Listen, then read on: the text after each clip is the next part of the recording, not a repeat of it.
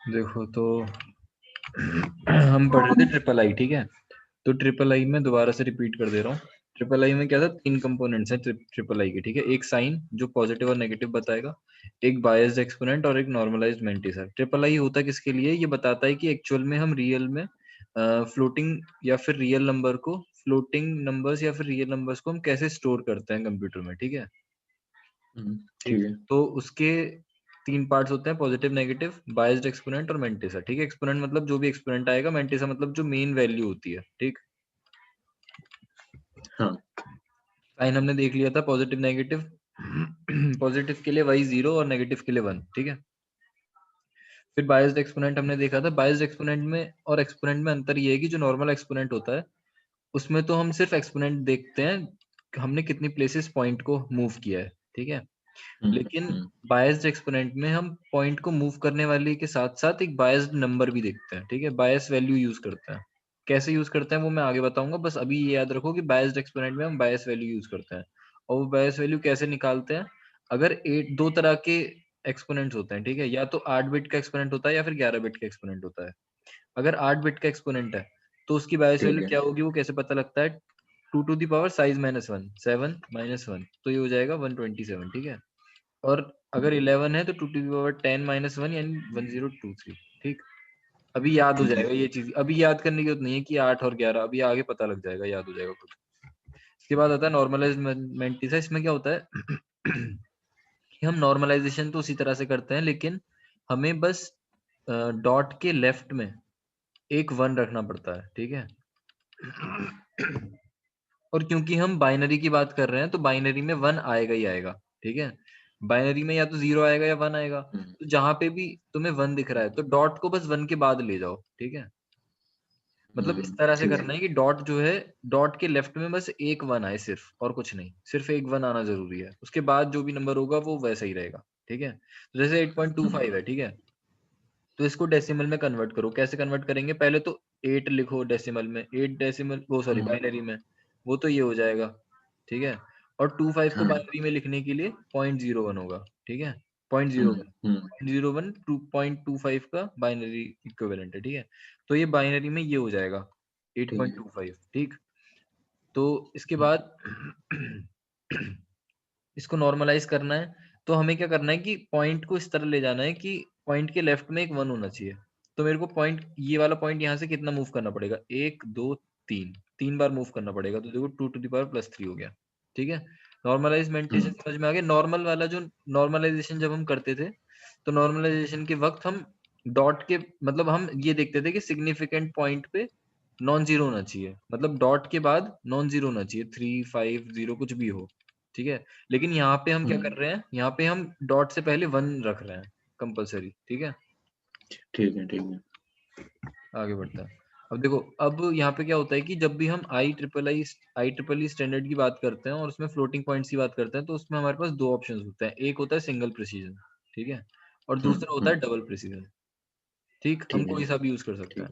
Single precision जो होता है ये कम साइज का होता है और डबल प्रिसीजन ज्यादा साइज का होता है, ठीक है। आगे और अच्छे से बात करेंगे। तो अब पहले हम देख रहे हैं अभी सिंगल प्रिसीजन, ठीक है। तो सिंगल प्रिसीजन में क्या होता है, देखो मैंने बायस वैल्यू निकालना बताया था, ठीक है। बायस वैल्यू 127 आई थी ना, देखो हम यहाँ पे यूज करेंगे कि हमारा जो भी एक्सपोनेंट आया है उस एक्सपोनेंट में जो भी हमारा एक्सपोनेंट आया है उसमें हम 127 को यूज करते हैं, ठीक है। कैसे यूज करते हैं अभी आगे देखते हैं कि और देखो, ये जो हमारा सिंगल प्रिसीजन होता है ये होता है 32 बिट का, ठीक है। मैंने साइज बताया था कि सिंगल प्रिसीजन का कम होता है, तो 32 बिट होती है सिंगल प्रिसीजन में, और डबल प्रिसीजन में होती है 64 बिट, ठीक। तो इस 32 बिट को कैसे कैसे डिवाइड करते हैं, मैंने बताया था कि 3 पार्ट होते हैं, साइन, एक्सपोनेंट और मैंटिसा, ठीक है। तो साइन के लिए 1 बिट हो गई, ठीक है। और बाकी एक्सपोनेंट के लिए 8 बिट और मैंटिसा के लिए 23 बिट्स, ठीक है। तो ये 32 हो गई टोटल, ठीक है। ये सिंगल प्रिसीजन की बात है। तो इसमें क्या है, प्लस माइनस साइन बता देगा, ठीक है। अब देखो मैंटिसा मैंने बताया था ना कि मैंटिसा में, नॉर्मलाइज मैंटिसा में डॉट के पहले 1 आता है, इसीलिए यहाँ पे 1 डॉट एम लिखा हुआ है, ठीक है। और इनटू 2 की पावर एक्सपोनेंट -127, ठीक है। मतलब ये ठीक है, ठीक है। कि देखो जो भी जैसे मैं एक पिछले वाले एग्जांपल से बताता हूँ। जैसे मेरा ये नंबर है, ठीक है, ये नंबर है मेरा। तो इसमें क्या करूंगा मैं कि इसको जब मैं लिखूंगा ना तो मैं ऐसे लिखूंगा 1.00001। ये तो मेरा हो गया, देखो प्लस तो साइन पता लग गया, ये मेरा नॉर्मलाइज मेंटिसा हो गया।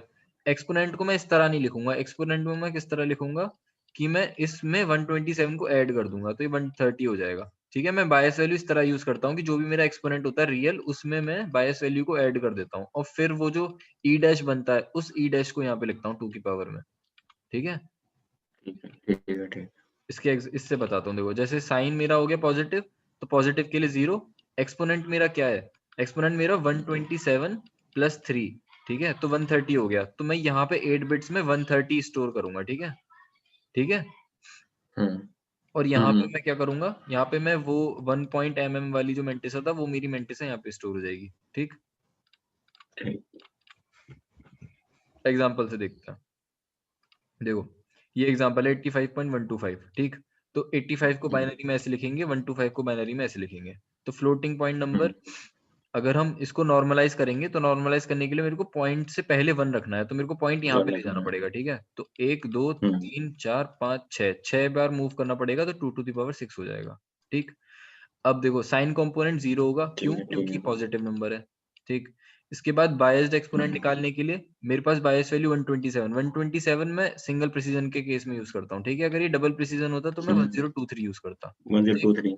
हाँ, ठीक है। तो 127 प्लस 6, ये जो 6 आया यहाँ पे, तो ये 133 हो गया। और 133 का बाइनरी ये होता है, तो मैं ये मेरा बायस्ड एक्सपोनेंट हो गया। बायस्ड एक्सपोनेंट समझ में आया? नॉर्मल ये जो है ये नॉर्मल एक्सपोनेंट है और इसमें बायस वैल्यू ऐड करने के बाद ये बायस्ड एक्सपोनेंट समझ गया। है।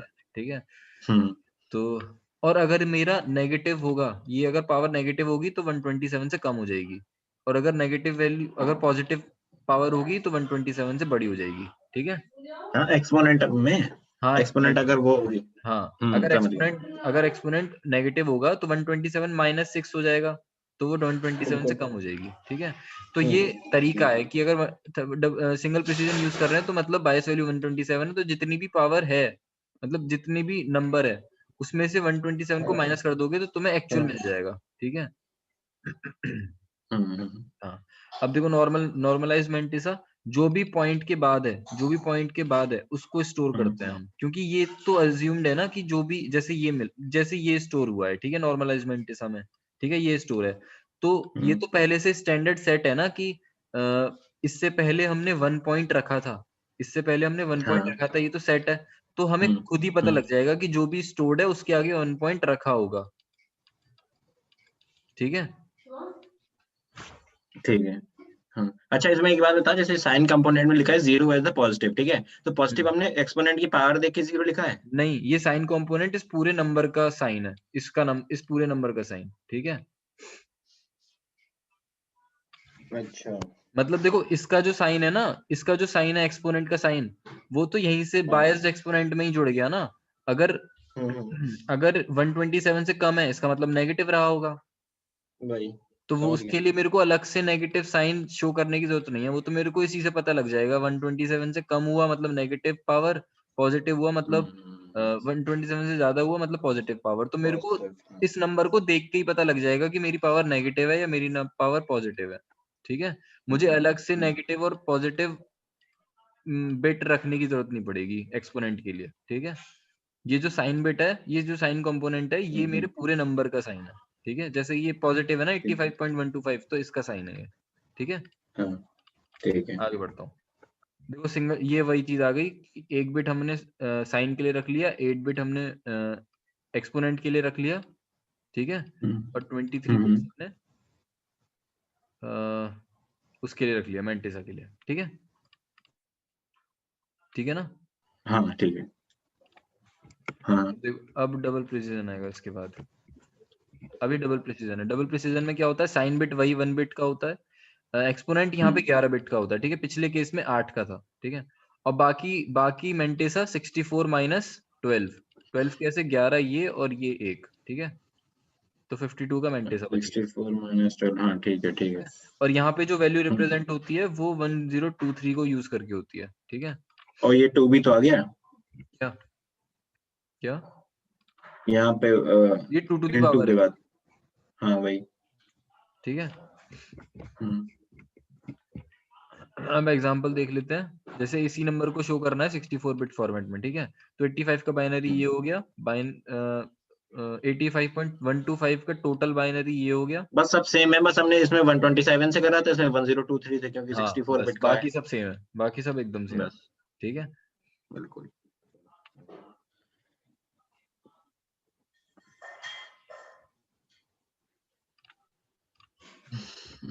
एक और चीज, अगर मेरा मेंटेसा सिर्फ इतना सा है, ठीक है, बाकी मैं आगे 000 ऐड कर दूंगा, ठीक है, कंप्लीट करने के लिए। 52 बिट तक। हाँ ठीक, ठीक है, ठीक है। बस यही है। तो ये डबल प्रिसीजन हमारा, मतलब खत्म हो गया। IEEE हमारा खत्म हो गया, ठीक है। इसके बाद आता है ये, इसके बाद कॉम्बिनेशनल सर्किट है, ठीक है। तो कॉम्बिनेशनल सर्किट में क्या होता है कि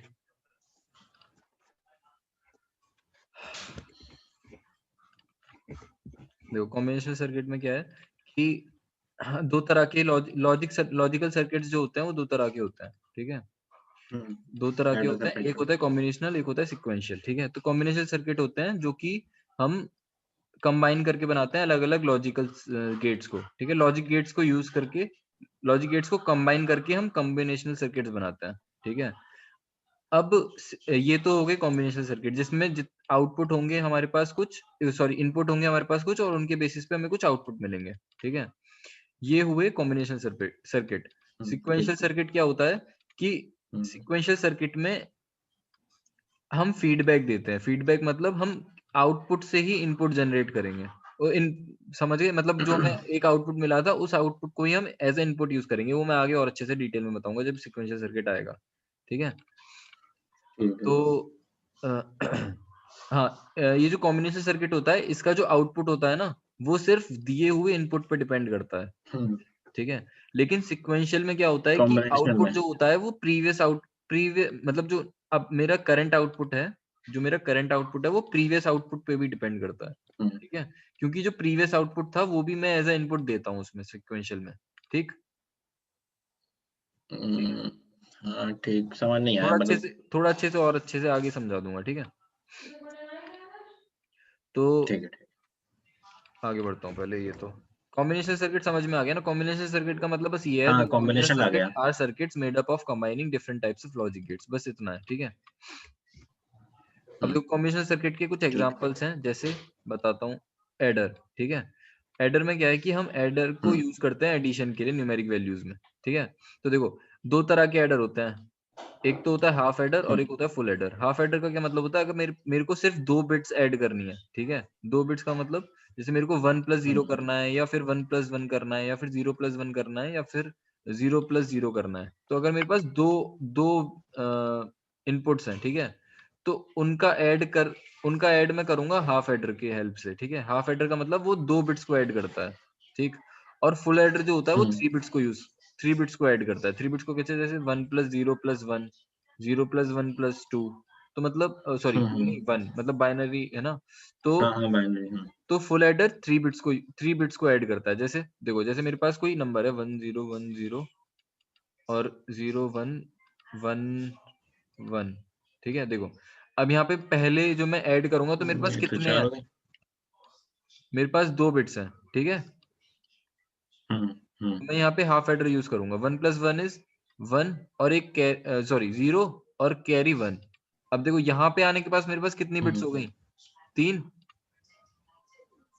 हाँ 3 बिट्स हो गई। अब मैं यहाँ पे हाफ एडर यूज नहीं कर सकता, अब मेरे को यहाँ पे फुल एडर यूज करना पड़ेगा, क्योंकि मेरे को 3 बिट्स ऐड करनी है, ठीक है। तो ये वापस 0 1, अब यहाँ पे देखो फिर से 3 बिट्स हो गई, 1 1, 1 अब यहाँ पे फिर से 3 1। बिट्स हो गई। तो अब मैं यहाँ पे फुल एडर यूज करूंगा, ठीक है। तो फुल एडर 3 बिट्स के लिए होता है, हाफ एडर 2 बिट्स के लिए होता है, आगे और अच्छे से देखेंगे। और ठीक है। ये तो मैं मतलब एक एक बिट्स के लिए यूज करता हूँ, हाफ एडर और full adder. Binary adder subtractor क्या होता है कि पूरा नंबर 101110, तो ये पूरा एक नंबर्स को ऐड या सब्ट्रैक्ट करने के लिए मैं बाइनरी एडर और सब्ट्रैक्टर यूज करता हूँ, या फिर carry look ahead adder use करता हूँ। ये मैं आगे और अच्छे से बताऊंगा, ठीक है, डिटेल में। बस ये है कि एडर जो होता है वो एडिशन के लिए यूज होता है, ठीक। अब देखो हाफ एडर का, हाफ एडर में क्या है कि उसमें दो ही इनपुट्स होते हैं, एक्स और वाई, ठीक है। तो इसकी ये ट्रुथ टेबल है, ठीक है। जैसे 0 0 आया अगर, तो 0 + 0 कैरी 0 सम 0, ठीक है। 0 + 1, 0 + 1 करने पे क्या सम आएगा, 1 आएगा, तो सम 1 हो गया, कैरी क्या आएगा, 0, कैरी कैरी 0 आएगा, ठीक है। 1 हो + जाएगा 0 ये करने पे तो सम आएगा 1 और कैरी आएगा 0। 1 + 1 करने पे सम आएगा 0 लेकिन कैरी आएगा 1। कैरी आएगा कैसे 1 कैसे 1 + 1 होता है 2, तो 1 0 लिखेंगे 2 को हम बाइनरी में, तो 0 तो हो गया हमारा सम और 1 हो गया हमारा कैरी, ठीक है। ठीक है।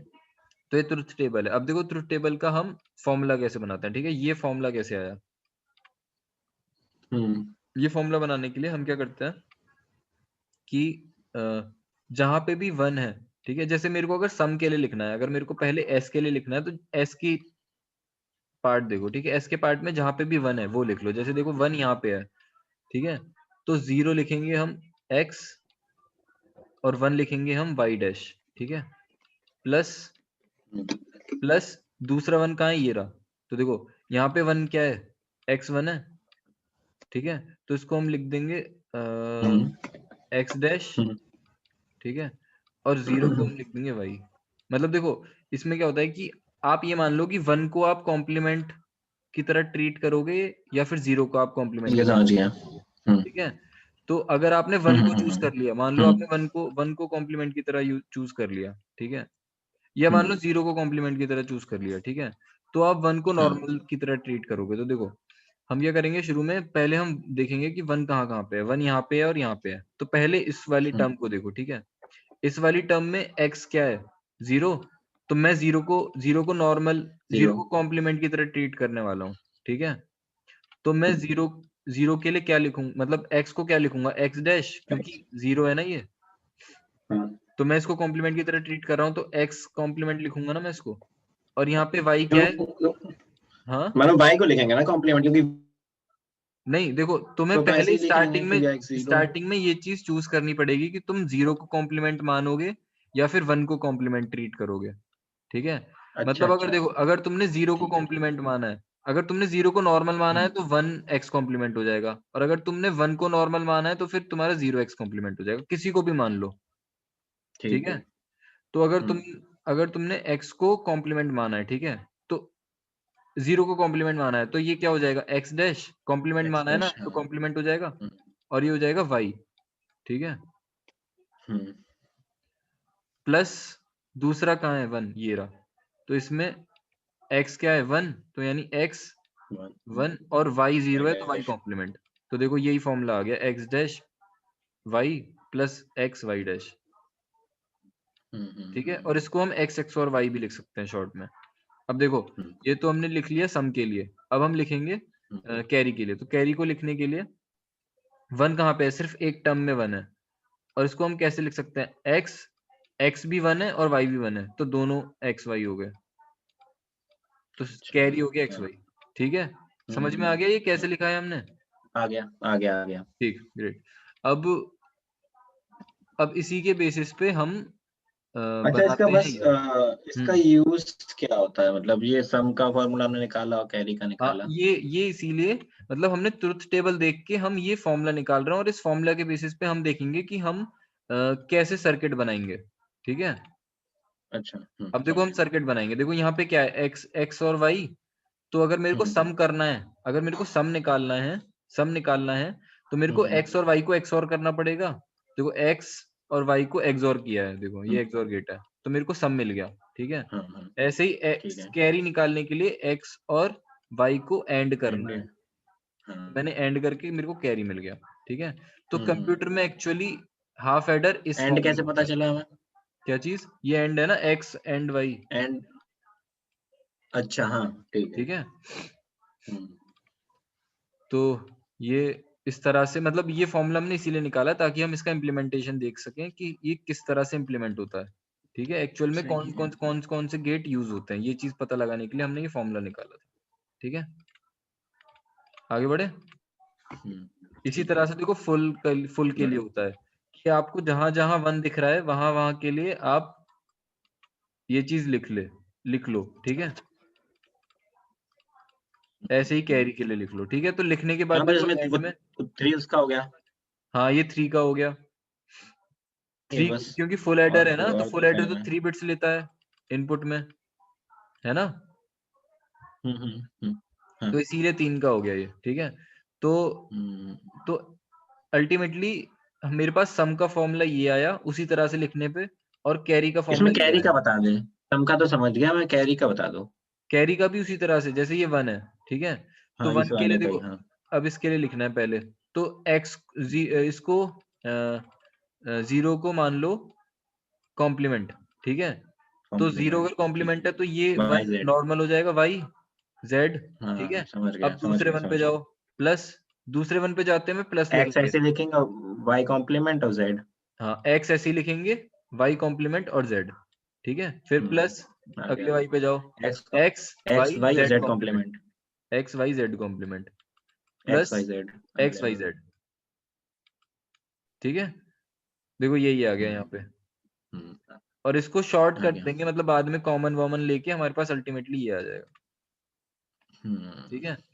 अब देखो, और ठीक है। इसी के बेसिस पे हम ये फुल एडर इम्प्लीमेंट करेंगे, ठीक है। अब देखो फुल एडर में भी वही चीज यूज यार होती एक है, इस वाले एक्सऑर में एक और कंफ्यूजन है एंड। यार, एक कंफ्यूजन। हाँ सुन, हाँ बोल। ये लास्ट में हमने एक्सॉर लगा दिया, हमें ये कैसे पता चल गया कि एक्सॉर ही लगेगा यहाँ पे? देखो ये मैंने कॉमन वॉमन लेने के बाद यहाँ पे ये देखो, ये एक्सॉर का फॉर्मूला होता है। पिछले वाले में था। हाँ पिछले वाले ठीक में है। भी था। तो ये एक्सॉर का फॉर्मूला होता है, इसीलिए यहाँ पे हमने एक्सॉर किया है, ठीक है। और ये जेड तो कॉमन था ही, तो यहाँ पे जेड आ गया। और देखो जेड प्लस जेड बार, ये हमेशा 1 होता है।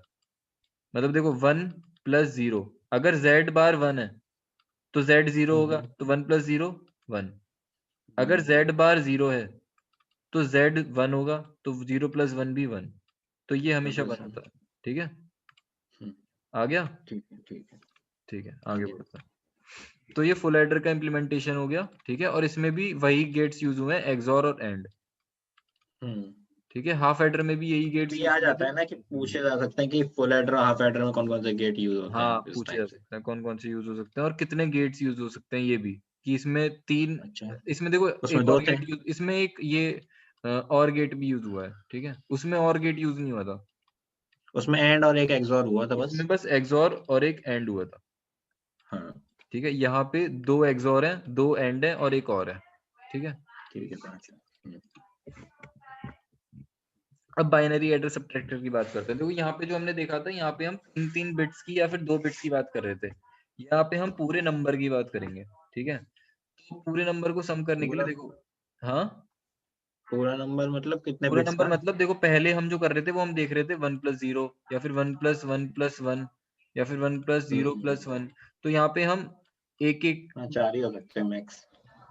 हाँ, समझ गया। मतलब वहां पे हम सिर्फ बिट्स की बात कर रहे थे, ठीक है। यहाँ पे हम हम्म, बहुत सारी बिट्स की बात करेंगे, मतलब कैसे, देखो 0 1 1 0 1 0 1 1, ठीक है। ये है मेरे पूरा नंबर है ये, ठीक है। पहले जब हम बात कर रहे थे वहां पे हम सिर्फ 2 बिट्स को ऐड करने की बात कर रहे थे, सिर्फ इतने की, या फिर सिर्फ इतने की, या फिर सिर्फ इतने की, या फिर सिर्फ इतने की, ठीक है। यहाँ पे हम पूरे नंबर की बात करेंगे, ठीक है। मतलब ठीक ये है। कि जैसे अगर मेरे को देखो ये ऐड करना है, ठीक है, यहाँ पे मेरे को ये नंबर ऐड करना है, ठीक है। तो मैं अगर इसको फुल एड्रेस से ऐड करता हूँ, ठीक है, तो पहले तो मैं इन दोनों को ऐड करूंगा, फिर मैं फुल एड्रेस से, मतलब यहाँ पे मैं 0 को अज्यूम करूंगा, ठीक है। मेरे को क्योंकि फुल एडर में 3 इनपुट्स चाहिए होते हैं, तो मैं यहाँ पे शुरू में 0 अज्यूम कर लूंगा, क्योंकि मेरे पास शुरू में तो 2 ही होंगे। इसके बाद इसका कुछ कैरी आएगा, जैसे इसका कुछ कैरी आएगा 0, अब मेरे पास यहाँ पे 3 हो जाएंगे। अब मैं यहाँ पे फिर से फुल एडर यूज करूंगा, फिर यहाँ पे कैरी 0, फिर फुल एडर, फिर फुल एडर। तो यहाँ पे मेरे पास, मेरे को 4 बार फुल एडर लगाना पड़ा, ठीक है।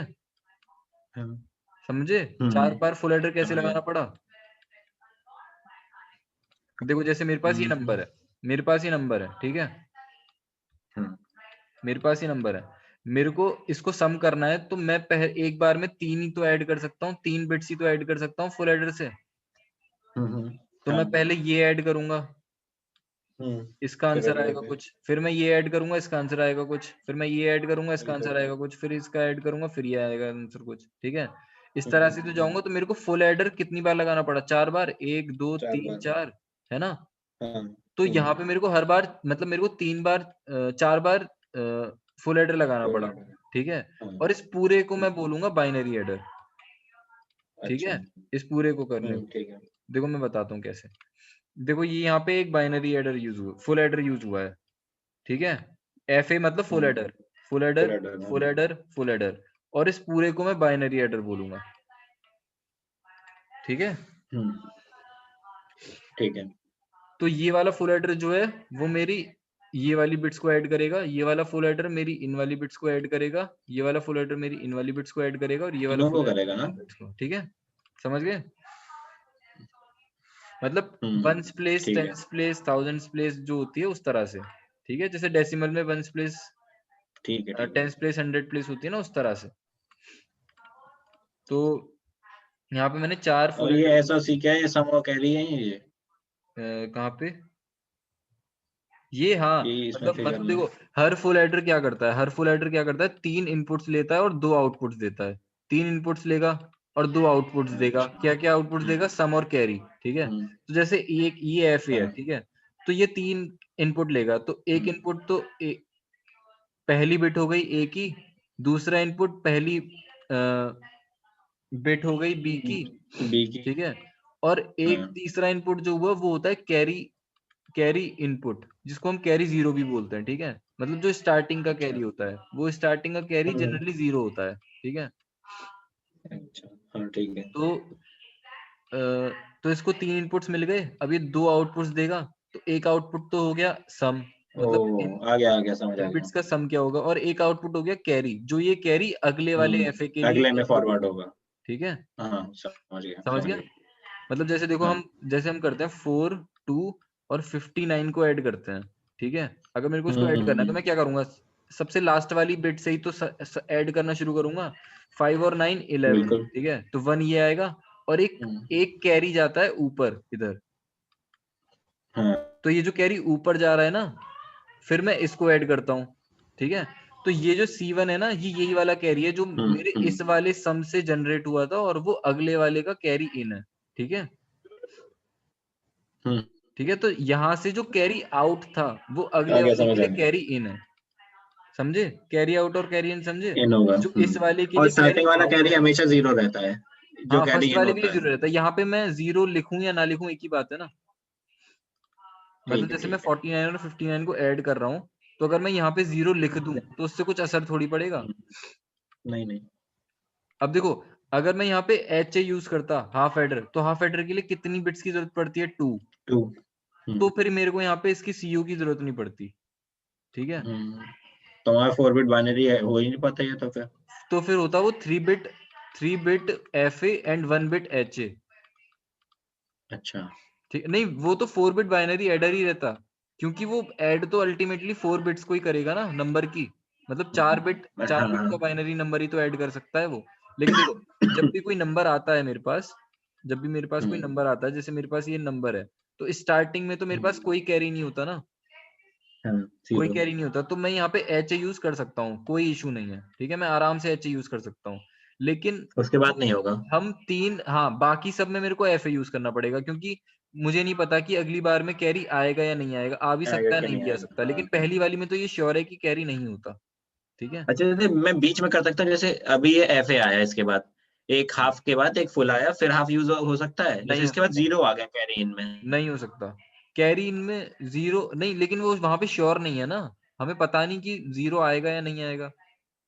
अच्छा ठीक है, हाँ जैसे मेरा मतलब ये था सी टू है ना सी टू में अगर जीरो आ रहा है ये कैरी हाँ इधर से जीरो एफ जीरो, लेकिन हमें नहीं पता ना कि जीरो आएगा या नहीं आएगा, हमें पता ही नहीं है।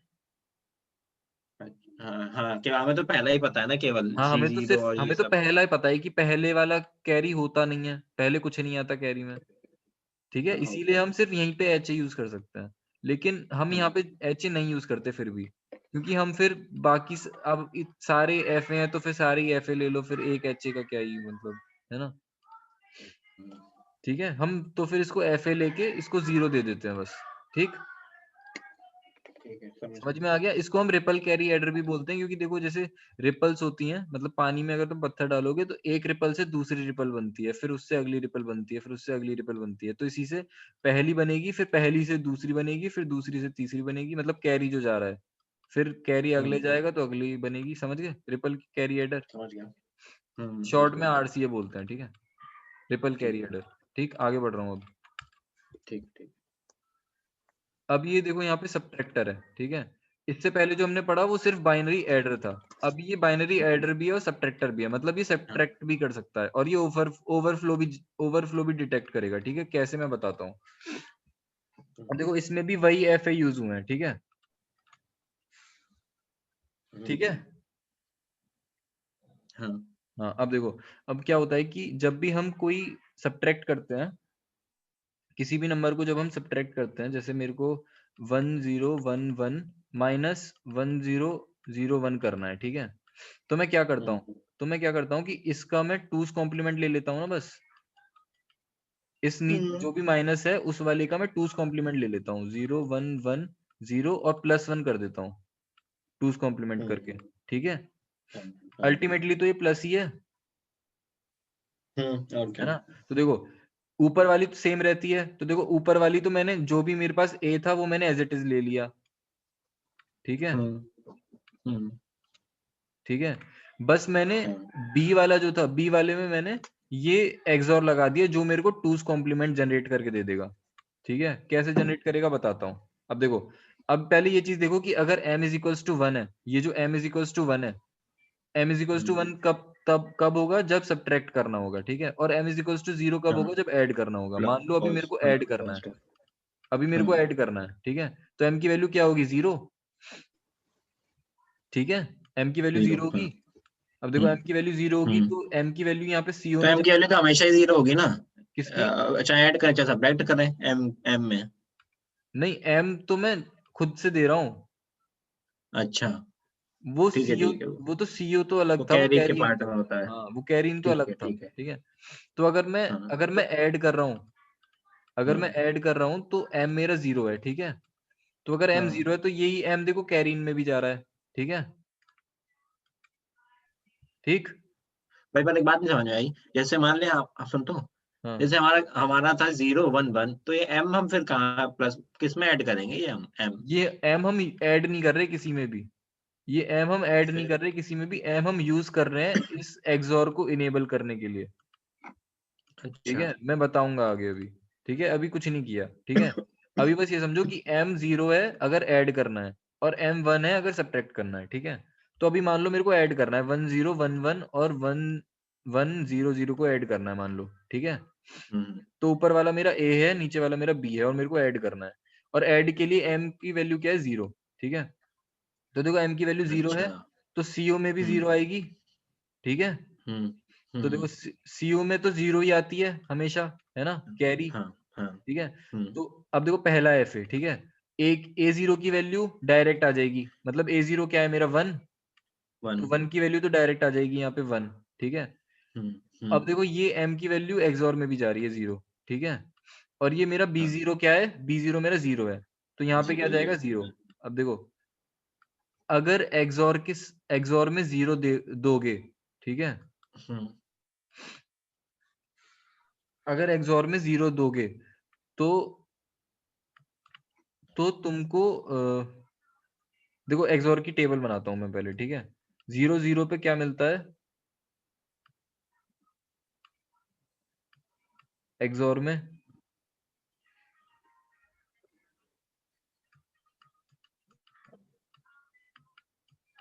0 पे 0 ही मिलेगा।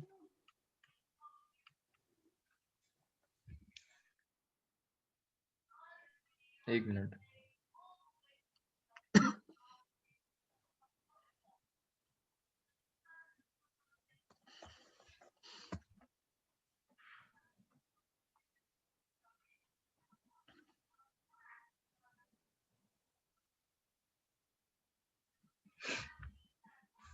एक्सॉर में एक्चुअली होता क्या है कि अगर आपका मतलब देखो एक्सॉर की टेबल अगर 2 बिट्स के लिए बनाई जाए तो उसमें क्या है, 0 0 पे 0 मिलता है, और 0 1 पे 1 मिलता है, 1 0 पे 1 मिलता है, और 0 0 पे वापस 0 मिलता है, ठीक है।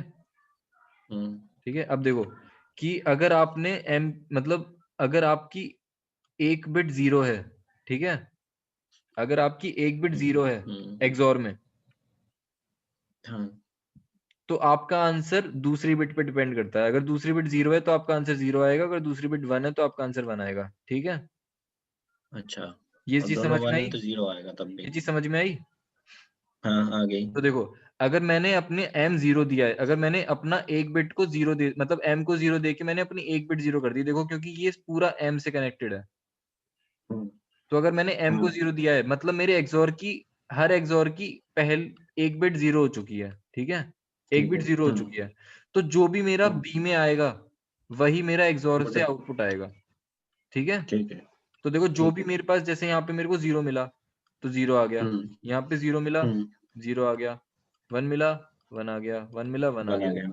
तो ओरिजिनल वैल्यू पास कर देगा m इज इक्वल्स टू 0 के केस में, ये ओरिजिनल वैल्यू पास कर देगा।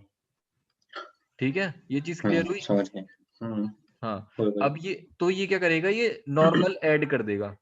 क्या करेगा, नॉर्मल ऐड कर देगा। जैसे नॉर्मल पिछला वाला 4 बिट बाइनरी एडर कर समझ रहा गया। था ना, वही काम कर देगा ये। ठीक है, हाँ। वही काम कर देगा, कोई अंतर नहीं आएगा। ठीक, अब देखो, ठीक। अब अगर ये m इज इक्वल्स टू 1 है, अगर m इज इक्वल्स टू 1 है, देखो ये नीचे इक्वल टू देखो, 1 है। अगर m इज इक्वल्स टू 1 है, तो अगर मैं 0 देता हूँ तो वो 1 हो जाएगा, और 1 देता हूँ तो वो 0 हो जाएगा। हाँ क्योंकि सब में हमारे 1 1 पहुंच गई अब। हाँ ठीक है। ठीक है, तो ये ठीक है। मतलब ठीक। अगर मैं 0 देता हूँ तो 1 हो जाएगा, और अगर 1 देता हूँ तो 0 हो जाएगा। ठीक है, मान देता हूँ तो 0 हो अब जाएगा। ठीक देखना, है। अब देखना, अगर मेरे को 1 0 1 1 और माइनस करना है 1 0 0 1, ठीक है, ये मेरे को 0 माइनस 1 करना 1। है। ठीक है, तो मैं इसको कैसे लिखूंगा, मेरे को पहले इसका वंस कॉम्प्लीमेंट लेना होगा ना, 0 1 1 0, और फिर इसमें मैं टूस कॉम्प्लीमेंट करूंगा। तो पहले वंस कॉम्प्लीमेंट तक देखो कि मेरे को इसका वंस कॉम्प्लीमेंट करना होगा। ठीक है, तो मेरे को 1 0 0 1 को 0 1 1 0 बनाना पड़ेगा। ठीक है, तो देखो सबट्रैक्ट के केस में m इज इक्वल्स टू 1 है, तो m is equals to 1 value आएगी। तो यहाँ पे देखो एक हाँ बिट, मतलब ये एक्सॉर की एक तो 1 हो चुकी एक है। बिट 1 हो गई। हाँ। ठीक है, तो अब अगर मैं b0 को 1 देता हूं, तो यहाँ पे मेरे को क्या तो मिलेगा, 0 0। आएगी। ठीक है, हाँ अगर मैं 0 देता हूं तो 1 1। आएगी, 0 देता हूं 1 आएगी, वही 1। 1 देता हूं 0 0। आएगी। तो देखो 1 0 0 1 था, और मेरे को मिलना क्या था, 0 1 1 0। तो देखना क्या मेरे को 0 1 1 0 मिला है, 0 1 1 1 1 0। 0। ठीक है, सही। तो देखा हाँ। कि ये कॉम्प्लीमेंट कैसे हुआ, वंस कॉम्प्लीमेंट कैसे हुआ, हाँ। इस एक्सॉर की वजह से वंस कॉम्प्लीमेंट हो गया। ठीक है, अब देखो, लेकिन वंस कॉम्प्लीमेंट से काम नहीं चलेगा, मेरे को +1 भी करना है इसमें। ठीक है, हाँ। तो देखो +1 कैसे होगा, ये जो मैंने m इज इक्वल्स टू 1 किया था, यही m इज इक्वल्स टू 1 इस CO में जा रहा है। मतलब CO की वैल्यू भी 1 हो जाएगी सबट्रैक्ट के अच्छा केस में। हमने सुन, बस एक चीज और बता, ये जो हमने बीओ में 1 1 डाला, तो बीओ में हमने 1 कहाँ से डाला? BO में 1 तो जब यहाँ हमने से जब आया, हमने ऐड, अच्छा हमने ये वाली वैल्यू डाली। ठीक है। ठीक है। ये मेरा जो दूसरा ऑपरेंड है वो B है ना, मेरा पहला ऑपरेंड A है, दूसरा ऑपरेंड B है। हाँ अरे मैं ये देख रहा था, जैसे तूने इसको कॉम्प्लीमेंट करके लिखा था ना, 0 1 1 0 +1। हाँ, तो मैं बता रहा हूँ मुझे कि लगा जब इसकी। हम करते हैं, जब हम करते हैं तो हम इस तरह से करते हैं। ठीक है, कि मेरे को वंस कॉम्प्लीमेंट करना है फिर टूस कॉम्प्लीमेंट करना है। अब मैं ये बताना चाह रहा था कि ये सर्किट वंस और टूस कैसे निकालेगा। ठीक है, हाँ वो समझ गया।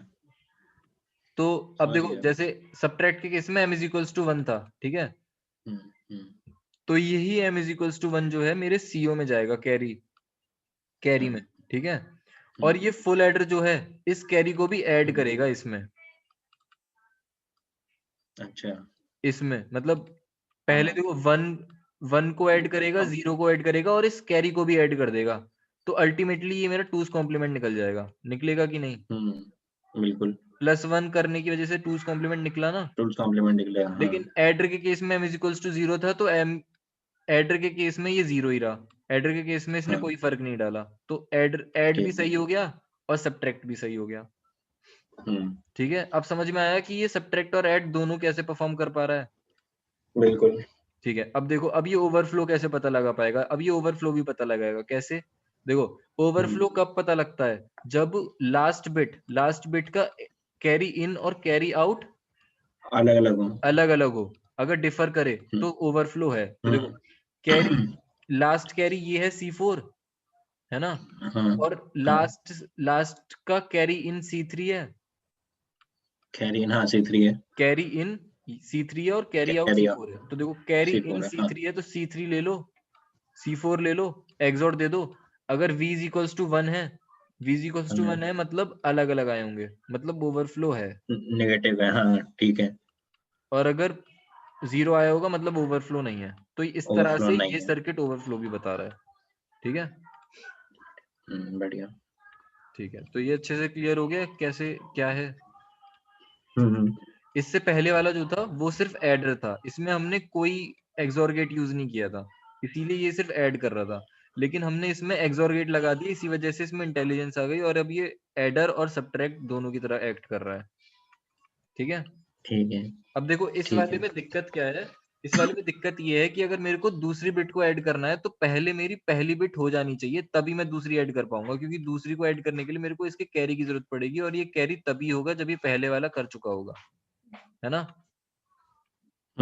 मतलब ये कि अगर मेरे को दूसरी बिट को ऐड करना है, मतलब दूसरे FA को यूज करना है, तो मेरा पहले C1 आना चाहिए पहले वाले से, तब मैं इसको कर पाऊंगा। हाँ, तीसरे को यूज करना है तो पहले वाले के बाद दूसरे इस पे आना चाहिए, फिर ये जब अपना दे देगा कैरी तब मैं तीसरी बिट ऐड कर पाऊंगा।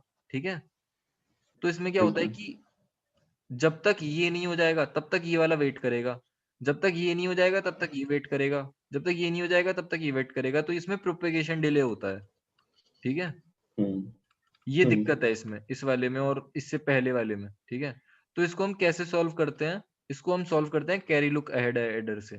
ठीक है, कैरी लुक अहेड एडर से। ठीक है, कैसे हाँ, कैसे सॉल्व करते हैं बताता हूँ। इसको सॉल्व करने के लिए हम क्या करते हैं, देखो कि देखो because of the propagation delay, मतलब ये सब तो मैंने बता दिया कि प्रोपगेशन डिले होता है पहले वाले में। ठीक है, इसीलिए हमें इसकी जरूरत पड़ी कैरी लुक अहेड एडर की, कुछ नए तरीके की। ठीक है, देखो इसमें क्या होता है कि वेट,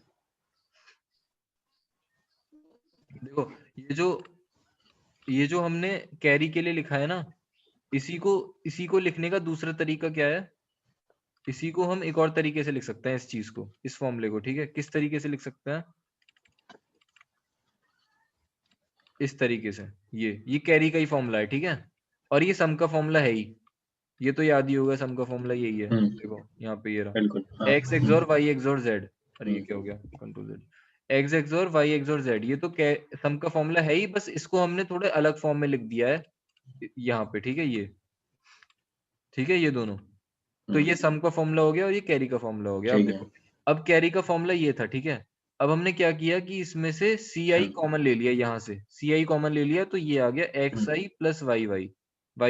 ठीक है, और हमने इसको, इस वाले को बोल दिया हमने GI, और इस वाले पार्ट को हमने बोल दिया PI।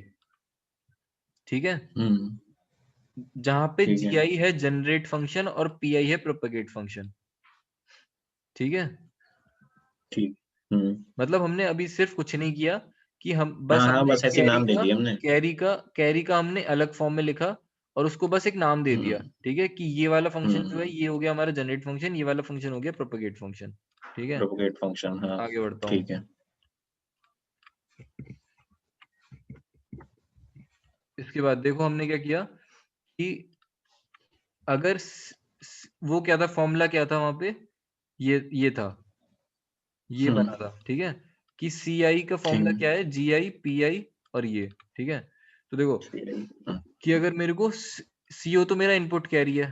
ठीक है, तो अगर मेरे को C1 लिखना है, C1 तो देखो I की वैल्यू क्या होगी, 0। जीरो क्यों होगा, देख बताता हूँ, CI प्लस 1 है। ठीक है, मतलब CI plus 1 is equals to GI plus PI CI। ठीक है, तो ये CI है, ये CI है पिछला वाला कैरी, और इस CI प्लस 1 है अगला अच्छा, वाला कैरी, मतलब जैसे ठीक इसमें है, था। ठीक देख, है, समझ गया, रुक जा एक बार अच्छे से, ये कि CI हो गया पिछला सी वाला कैरी जीरो, और CI प्लस 1 हो जीरो, गया हाँ, अगला वाला कैरी।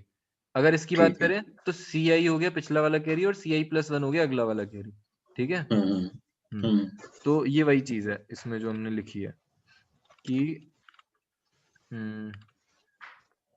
सी आई प्लस वन हो गया अगला वाला कैरी, सी आई हो गया पिछला वाला कैरी, ठीक है। तो अगर मेरे को सी वन लिखना है तो आई की वैल्यू क्या होगी, देखो यहाँ पे I plus one is equals to one है, ठीक है। तो आई की वैल्यू 0 हो गई, तो सी वन को मैं क्या लिख सकता हूँ, G0 प्लस P0 और C0, ये लिख सकता हूँ कि नहीं, ठीक है। तो देखो ये आ गया इधर, ठीक है। और C0 तो इनपुट कैरी है, ये तो मेरे को स्टार्टिंग में पता ही होता है, पता होता है ना इनपुट कैरी तो स्टार्टिंग में, ठीक है।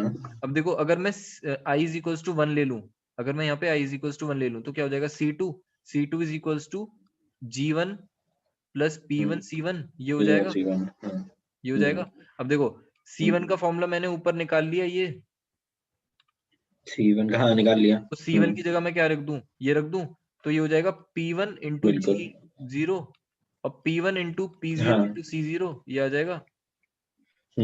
इसी तरह से देखो C3 बाकी कर लेंगे, इसी तरह से C3, इसमें C2 रखेंगे, ठीक है। तो अल्टीमेटली देखो क्या हुआ कि हर बार का कैरी मैंने C0 की फॉर्म में निकाल लिया, और C0 मेरे को स्टार्टिंग में पता है, ठीक है, ठीक है। तो होगा क्या इससे क्या होगा कि मेरे को स्टार्टिंग में C0 पता है, तो मैंने C1 भी C0 की फॉर्म में निकाल लिया, C2 भी C0 की फॉर्म में निकाल लिया, C3 भी C0 की फॉर्म में निकाल लिया और C4 भी C0 की फॉर्म में निकाल लिया। मेरे को इनके आने का वेट नहीं करना पड़ा, समझे। मैंने स्टार्टिंग में ही पता, देखो स्टार्टिंग में मेरे को पता है CO की वैल्यू क्या है, ठीक है। तो मैंने C1 भी निकाल लिया, C2 भी निकाल लिया, C3 भी निकाल लिया, C4 भी निकाल लिया, और जैसे ही मेरे को ये C की वैल्यू, C मतलब कैरीज की वैल्यू पता लग गई, तो मैंने इसको भी यूज कर लिया, इसको भी यूज कर लिया, इसको भी यूज कर लिया, इसको भी यूज कर लिया एक सेम टाइम पे। मेरे को वेट नहीं करना पड़ा कि जब तक ये मेरे को आंसर देगा, C1 निकाल के देगा, तब मैं इसको आगे करूंगा, समझे, अंतर समझे। तो यही कैरी लुक एडर होता है कि ये पहले से ही लुक अहेड कर लेता है कैरी को, ठीक है, और उसके बेसिस पे सॉल्व कर लेता है, वेट नहीं करता रिपल्स के आने का। मतलब इसको हमने रिपल एडर बोला था ना कि ये इससे ये रिपल बनेगी, इससे ये रिपल बनेगी, ये रिपल का वेट नहीं करता, ये खुद पहले ही कैलकुलेट कर लेता है कैरी हर स्टेज पे, और फिर यूज कर लेता है उस कैरी को ऐड करने के लिए, ठीक, समझ में आ गया अच्छे से, ठीक है। तो ये भी खत्म हो गया। इसके बाद आता है, देखो अभी तक जो हमने पढ़ा वो हम पढ़ रहे थे कॉम्बिनेशनल सर्किट्स, ठीक है, कॉम्बिनेशनल सर्किट्स पढ़ रहे थे, और कॉम्बिनेशनल सर्किट्स में हमने अभी तक पढ़ा, देखो एडर पढ़ा, ठीक है।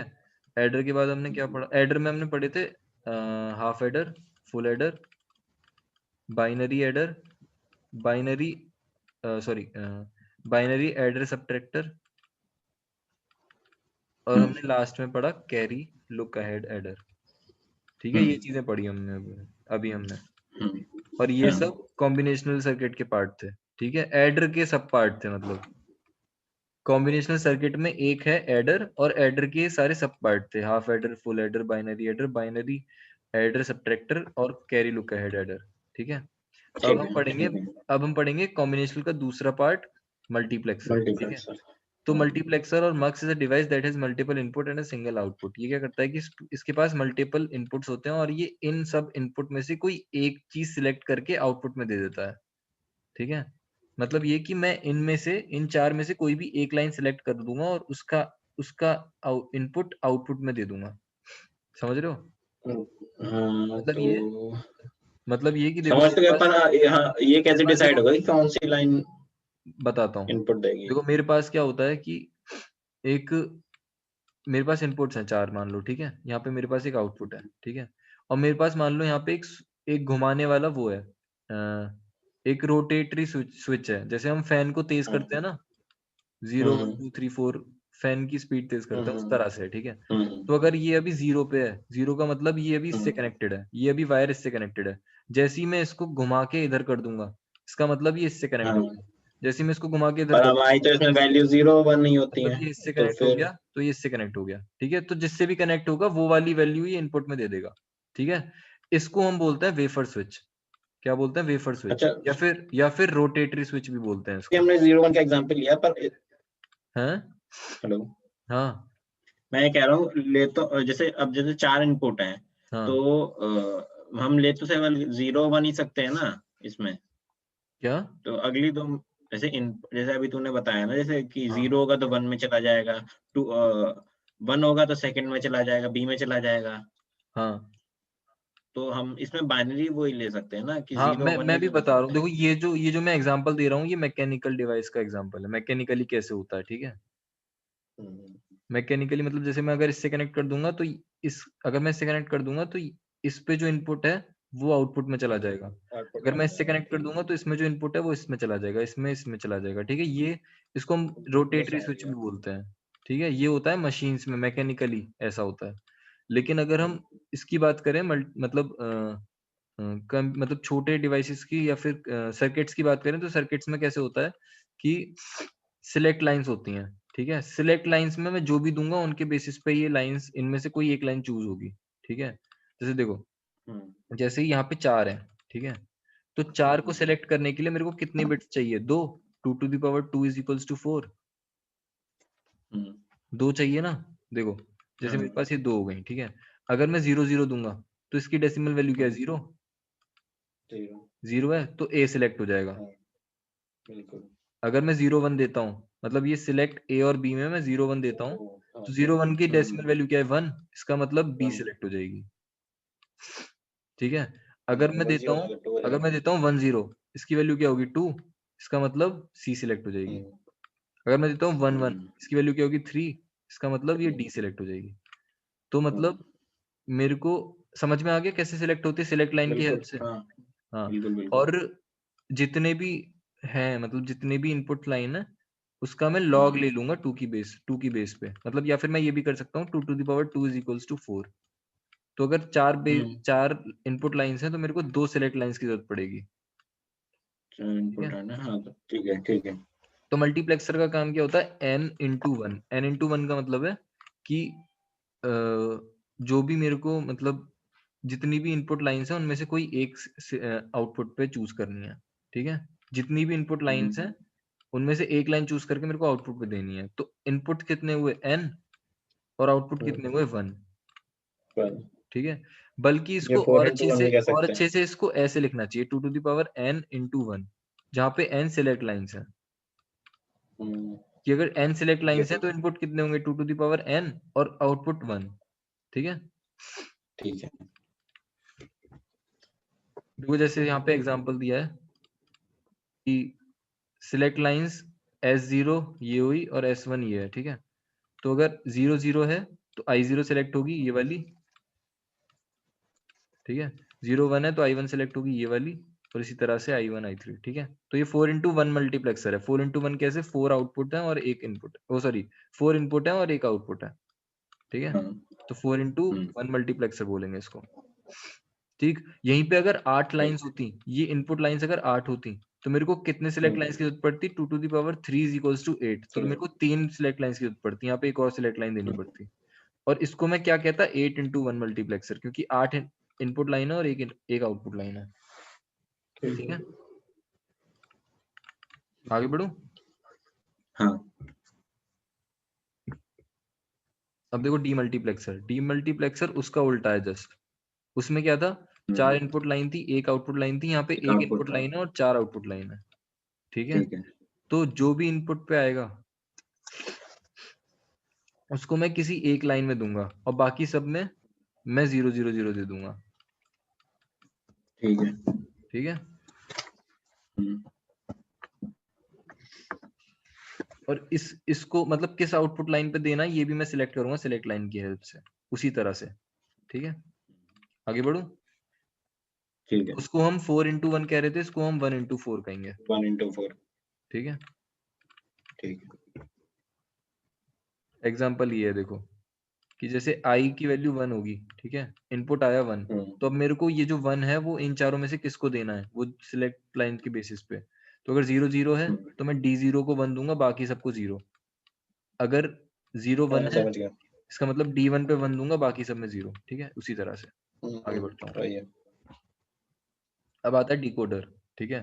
हाँ, डिकोडर में क्या होता है? डिकोडर में क्या होता है ये तो देखो इनेबल, ये ई जो है ये तो इनेबल है, ठीक है, ये नहीं भी हो तो भी चलेगा, ठीक है। इस पे ध्यान मत देना ई पे, ठीक है, ई पे ध्यान मत देना। इनेबल जो है ये सिर्फ मतलब एक पावर की तरह है कि आप इस डिकोडर को पावर दे रहे हो। अगर ये E1 होगा इसका मतलब ये काम करेगा, अगर आप ये 0 होगा तो ये डिकोडर काम नहीं करेगा, ठीक है। मतलब एक तरह से स्विच, मतलब प्लग है कि आपने प्लग लगा दिया और वो उसको पावर पहुंच गई, अब ये काम करना शुरू कर देगा, ठीक है। तो इस ई पे ध्यान मत देना, ठीक है।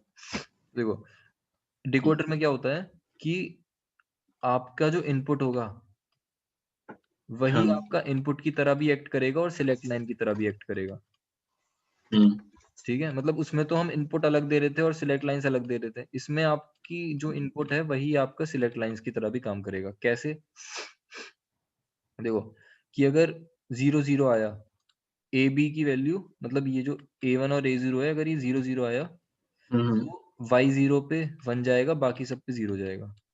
अगर ये 0 1 है, अगर ये 0 1 0 है जाएगा तो इस पे 1 जाएगा, तो बाकी सब पे 0 हाँ, तो जाएगा। y 1 पे बन जाएगा, बाकी सब 0। हाँ ठीक है, समझ में आ गया। मतलब ये लास्ट सिलेक्ट लाइन वाला अगर बताए, लास्ट वाला अगर 1 लास्ट 1 वाला, है ना, हाँ 1 1 है तो 1 1 है तो y 3 पे बन जाएगा, 1 तो 1 बाकी यही सब 0 Y3 होंगे। बिल्कुल, ठीक है। हाँ, मतलब ये ठीक यही है। सिलेक्ट लाइन है, यही इनपुट है और ये आउटपुट हो गई, इसमें अलग से सिलेक्ट लाइन की जरूरत नहीं है, ठीक है। तो इसको हम क्या कहते, इसको हम कैसे लिखते हैं, n into 2 to the power n decoder. तो हम डिकोडर ही क्यों नहीं यूज करते हैं, मल्टीप्लेक्स मक्स और बाकी उसकी जगह। एक ही बात है यार, कोई भी मतलब अलग अलग वो है बस यूसेज कि किस तरह से यूज हम्म, करना है, ठीक है। ठीक है, ठीक है।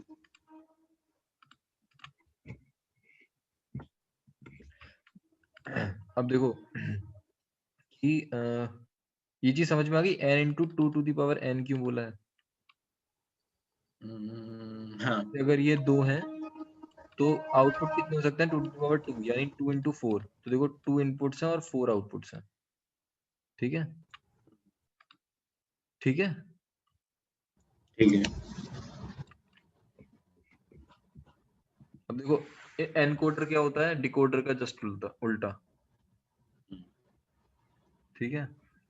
देखो एक इसको याद करने का तरीका बताता हूँ कि जिसके भी आगे डी है उसमें इनपुट्स कम होंगे। जैसे देखो डी मल्टीप्लेक्सर में एक इनपुट था, ऐसे ही डिकोडर